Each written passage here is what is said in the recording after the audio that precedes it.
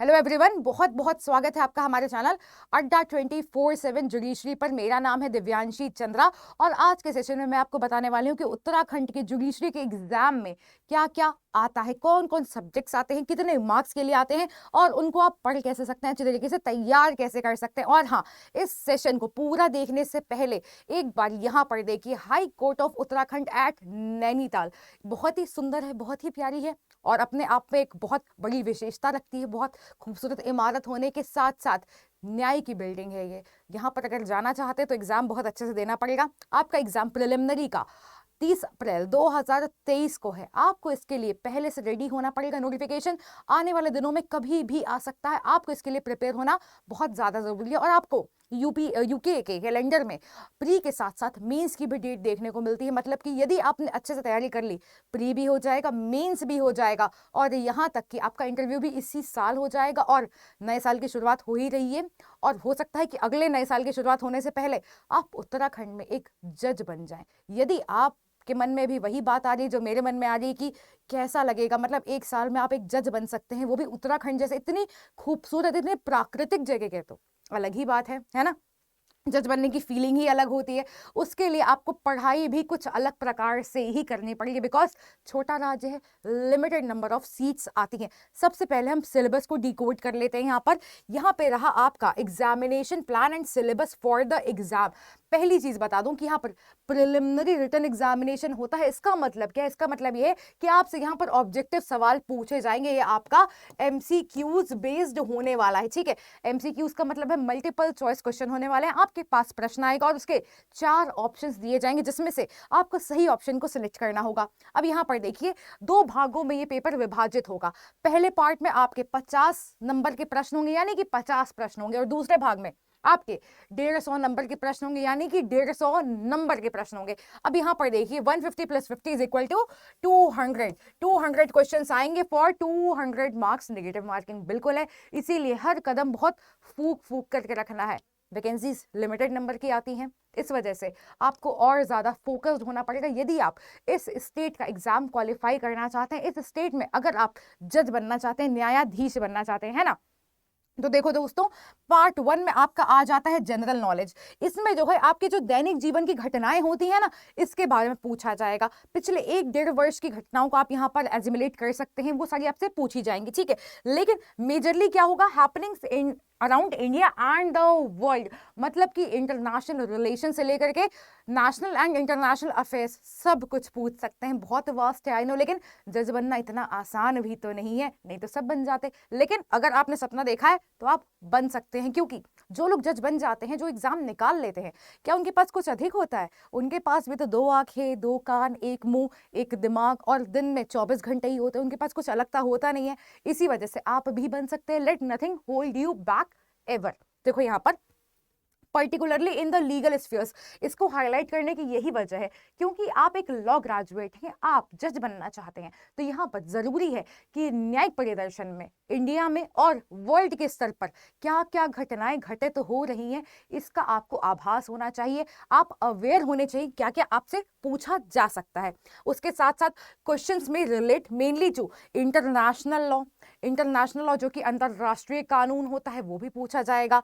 Neutrality, आपका जो आपका जूरिस्प्रूडेंस वाला सेगमेंट है, वो भी आएगा। उसके साथ जो रिसेंट लेजिस्लेशन प्रोनाउंसमेंट्स हुए हैं, यानी कि जो नए नए कानून आए हैं, नए नए एक्ट्स आए, उनके बारे में भी आपको पता होना चाहिए, उनका नाम पता होना चाहिए, किस डेट को उनको एनाक्ट करा गया है, किस डेट को उनको एनफोर्स करा गया है। उसके साथ साथ वो किस चीज के बारे में बात करते हैं, इंपॉर्टेंट प्रोविजंस क्या है, इन सब का ज्ञान आपसे एक्सपेक्ट करा जाता है कि आपको होगा, है ना। उसके बाद देखिए, पर्टिकुलरली इंडियन कॉन्स्टिट्यूशन, यहाँ पर आपको जीके के सेगमेंट में इंडियन कॉन्स्टिट्यूशन से जुड़े सवाल भी देखने को मिलने वाले हैं।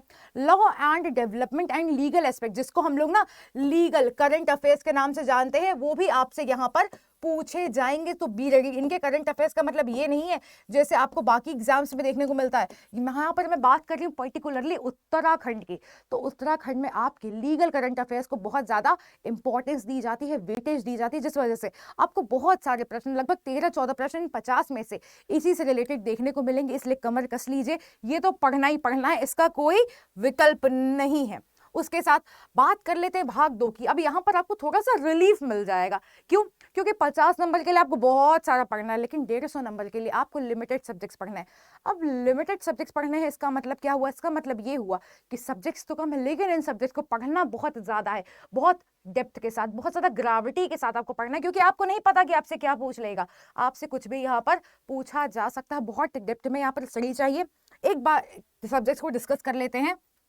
सबसे पहले ट्रांसफर ऑफ प्रॉपर्टीज एक्ट, जिसको हम टीपीए के नाम से जानते हैं, जो कि आपका आया था वर्ष 1882 में।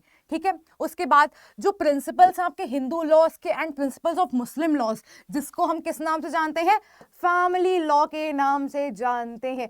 यहाँ पर आपसे एक्सपेक्ट करा जाता है कि जितने भी आपके लैंडमार्क और लेटेस्ट जजमेंट्स हैं उनकी भी आपको संपूर्ण नॉलेज होनी चाहिए। यहाँ पर ट्रस्ट मी, केस लॉज बहुत ज्यादा इंपॉर्टेंट होते हैं, not only for prelims, mains के लिए एज वेल एज इंटरव्यू के लिए। बिकॉज इंटरव्यू में वो क्या करते हैं? इंटरव्यू में आपको सिचुएशन बेस्ड क्वेश्चंस पूछते हैं। अगर आपको कानून के समग्र ज्ञान नहीं है, आपको नहीं पता कि लॉ का एप्लीकेशन कैसे किया जाता है सुप्रीम कोर्ट के द्वारा, हाई कोर्ट के द्वारा, तो आप वहां पर थोड़ा सा फंस सकते हैं। सो बी केयरफुल। ठीक है। उसके बाद एविडेंस एक्ट तो हमारा आना ही आना है, इसमें तो कोई वो ऐसी बात ही नहीं है, शक वाली बात ही नहीं। एविडेंस तो आएगा ही आएगा। आपका सीआरपीसी भी आएगा। इंडियन पीनल कोड के बिना तो वैसे भी कुछ एग्जिस्ट नहीं करता है। और यहाँ पर सीपीसी आपको देखने को मिलता है। तो यहाँ पर आपके जो मेजर लॉज हैं वो सारे के सारे आ रहे हैं, मेजर सारे आ रहे हैं। आपको यहाँ पर दो चीजें जो अलग देखने को मिलती हैं वो है टीपीए और फैमिली लॉ। अब आप लोग मुझसे पूछेंगे कि मैम कॉन्स्टिट्यूशन क्यों नहीं आ रहा? कॉन्स्टिट्यूशन तो बहुत मेजर है, क्योंकि बेटा जीके वाले पोर्शन में कॉन्स्टिट्यूशन जो आपको जो है क्वेश्चंस देखने को मिलेंगे। आगे की बात कर लेते हैं, मेंस की बात कर लेते हैं कि मेंस में क्या क्या आता है। तो मेंस में सबसे पहली बात जान लो कि आपके यहाँ पर 5 पेपर होने वाले हैं, total 5 exams you have to give for mains examination. यहाँ पर देखिए सब्जेक्ट वाइज बात कर लेते हैं। प्रेजेंट डे की जो मैं बात कर रही हूँ ये आपका रिलेटेड है जीके से, जीके वाले पोर्शन से। यहाँ पर आपका प्रिलिमिनरी में जीके कितने मार्क्स का आ रहा था? 50 मार्क्स का आ रहा था, बट मेंस में 150 मार्क्स का है। मतलब क्या है?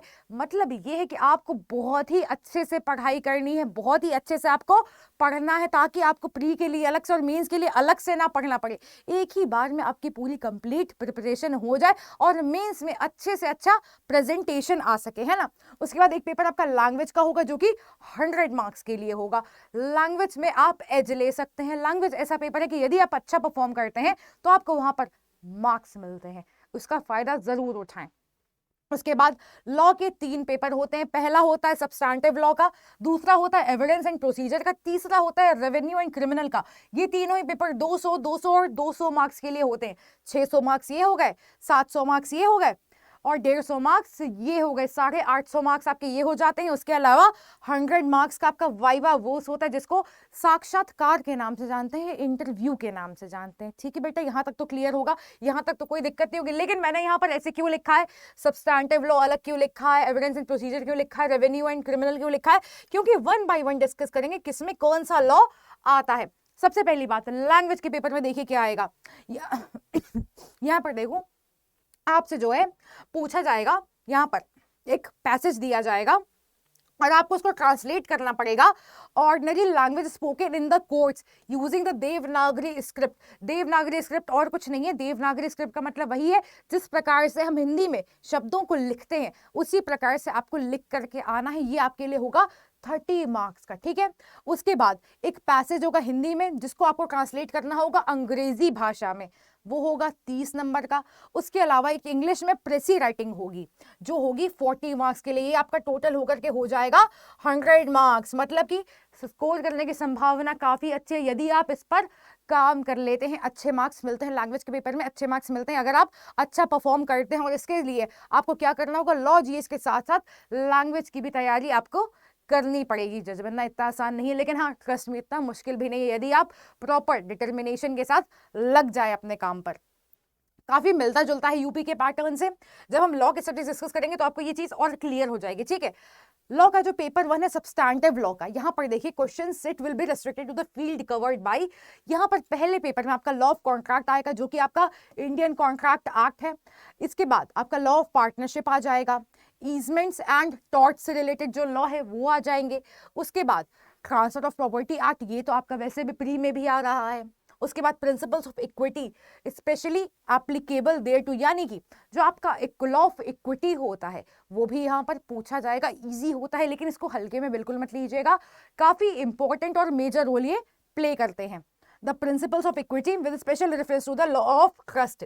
लॉ ऑफ ट्रस्ट पे आपको अच्छा ध्यान देना चाहिए बिकॉज ये वो सब्जेक्ट है जो हम एकेडमिक में पढ़ते हैं, यानी कि जब लॉ कर रहे होते हैं तब पढ़ते हैं और ये टाइम के साथ साथ छूट जाते हैं, तो इस पर ध्यान देना बहुत जरूरी होता है।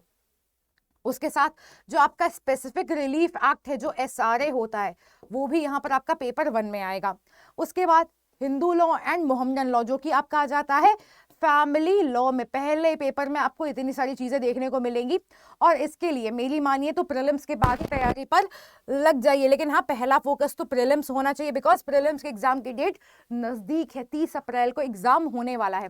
पेपर 2 की यदि बात करें तो यहाँ पर जहां पर एविडेंस और प्रोसीजर आ रहा है, जैसा कि नाम से लिखा हुआ है लॉ ऑफ एविडेंस आ जाएगा, CRPC आ जाएगा, CPC आ जाएगा, जिसमें कि प्रिंसिपल्स ऑफ प्लेयरिंग इंक्लूड हो जाते हैं। ठीक है, इस पर बहुत ध्यान दीजिएगा बिकॉज ये काफी स्कोरिंग होता है। उसके बाद यहाँ पर पेपर 3 की बात करते हैं रेवेन्यू एंड क्रिमिनल, तो यहाँ पर UP zamindari abolition and land reforms act जैसे उत्तराखंड में एप्लीकेबल है उसके अकॉर्डिंग पूरा नहीं पढ़ना है, जैसे उत्तराखंड में लागू होता है उसी के अनुसार पढ़ना है आपको। उसके अलावा IPC, मैंने कहा था ना IPC के बिना कुछ नहीं, इसी वजह से कहा था कि अकेला 200 नंबर के पेपर में 200 नंबर के पेपर में 50 से ज्यादा नंबर का आपका खाली IPC आता है, तो यहाँ पर इस पर ध्यान देना बहुत जरूरी होता है। आइए अगले पेज चलते हैं, यहाँ पर बात कर लेते हैं क्योंकि यहाँ पर आपसे कंप्यूटर भी पूछा जाता है। तो कंप्यूटर आपका जो एग्जामिनेशन होता है वो कितने मार्क्स का होता है, वो आपका 100 मार्क्स का होता है और कम से कम जो मिनिमम क्वालिफाइंग मार्क्स होते हैं वो होते हैं 40, कम से कम 40 मार्क्स आपके आने चाहिए तभी आप क्वालिफाई कर पाएंगे। और इसका जो एग्जामिनेशन होता है वो 1 घंटे का होता है। जो पेपर आपका होता है वो सिलेबस इसमें से आएगा, जहां पर आपसे एक्सपेक्ट करा जाता है कि आपको नॉलेज है विंडोज, कौन से विंडोज के ऑपरेटिंग सिस्टम की बात हो रही है बेटा, अगर आपको उसकी इंफॉर्मेशन है वो आपको अच्छी होनी चाहिए। उसके साथ साथ MS Word, MS Access, MS Excel and MS PowerPoint, ये सारी की सारी चीजें आपको अच्छे से आनी चाहिए। अगर आपने ये सारी चीजें कर ली, ट्रस्ट में आप बड़े आराम से उत्तराखंड में जज बन सकते हैं। अगर आपने अभी तक हमारा टेलीग्राम चैनल ज्वाइन नहीं करा है तो ये हमारे टेलीग्राम चैनल का QR कोड है PCSJ अड्डा 24/7। आप जो है इसको स्कैन करके हमारे टेलीग्राम चैनल से जुड़ सकते हैं, जहां पर आपको हम सभी जो हमारे सेशन होते हैं उसकी PPTs दे देते हैं, सारे जो रीडिंग मटेरियल होते हैं, स्टडी मटेरियल होते हैं, उनके PDFs भी आपको इसी चैनल पर मिल जाते हैं। तो इससे जुड़ना ना भूलें और अड्डा 24/7 जुगीश्री को सब्सक्राइब करना बिल्कुल ना भूलें और यहाँ पर अपने दोस्तों को शेयर करना भी ना भूलें। Sharing is caring. All the best everyone, take care, bye bye.